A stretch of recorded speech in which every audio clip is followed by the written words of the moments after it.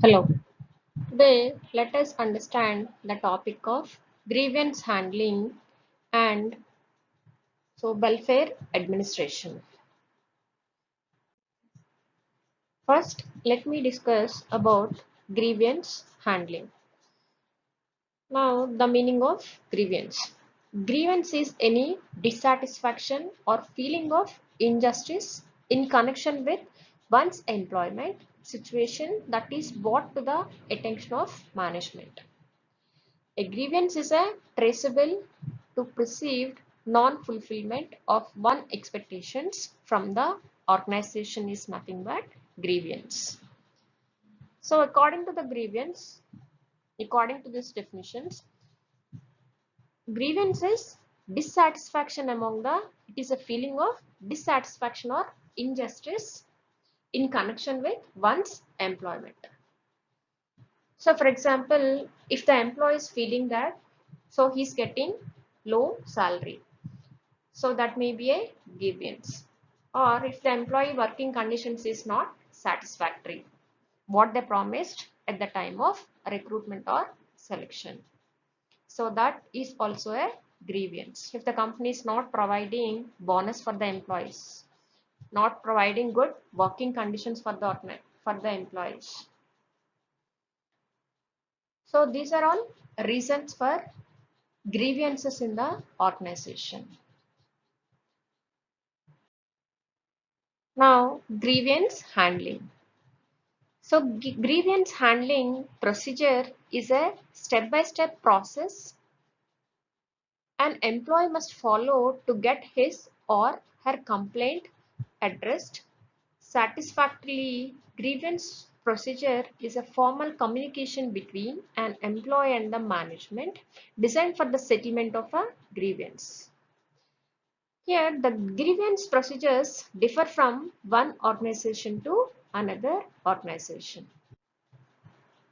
So, for example, so there is a process to be followed. So here, every employee, if they are having any grievance, then they have to follow few steps. So whatever I am telling the steps, that is not compulsory for not for every organization. So grievance handling procedure is different from one organization to another organization. The normal procedure is in step 1, understanding the options. In step 2, raising a formal grievance. Step 3, responding to a formal grievance. Step 4, a grievance meeting. And in step 5, deciding the outcome. And in step 6, after the grievance procedure. So what would be the action? So that is taken by the management. So this is the process or steps during the process of grievance. So understanding what are the options or reasons of grievance, and an employee have to raise a formal grievance, and it is the responsibility of the management to respond to a formal grievance, and then the next step is conducting grievance meeting and then deciding the outcome of the grievance meeting, and after the meeting, so implementation of the grievance, so whatever may be the outcome. So this is the grievance handling procedure. Now the next thing is welfare administration. Welfare includes anything that is done for the comfort and improvement of employees and is to provide it over and above the wages. So welfare helps in keeping the morale and motivation of the employees high so as to retain the employees for longer duration. Under the Welfare Administration, first act is the Payment of Wages Act. The Payment of Wages Act regulates the payment of wages to certain classes of persons employed in industry, and its importance cannot be underestimated. The Act guarantees payment of wages on time and without any deductions except those authorized under the Act. And the Minimum Wages Act 1948. The Minimum Wages of Act 1948 is an act of Parliament concerning Indian labour law that sets the minimum wages that must be paid to skilled and unskilled labour.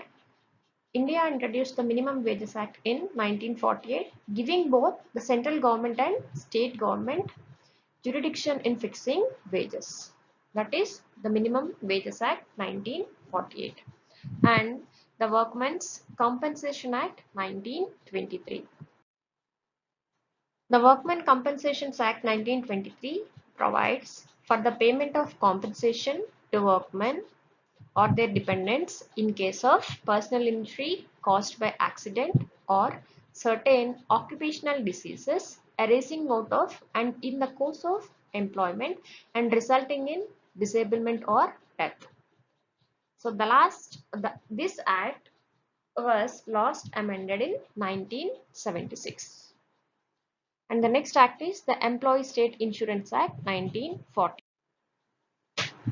Employee State Insurance Act is a self-financing social security and health insurance scheme for Indian workers.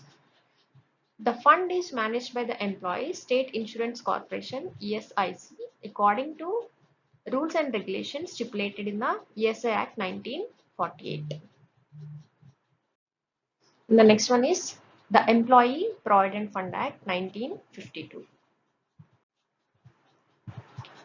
Under the EPF scheme or Employee Provident Fund scheme, an employee has to pay a certain contribution for his pay and an equal amount is contributed by the employee. It is a scheme managed under the Employees Provident Funds and Miscellaneous Provisions Act 1952 by Employees Provident Fund Organization, that is EPFO. So that is Employee Provident Fund Act. So these are some of the acts which the companies has to follow in the process of wage and salary administration.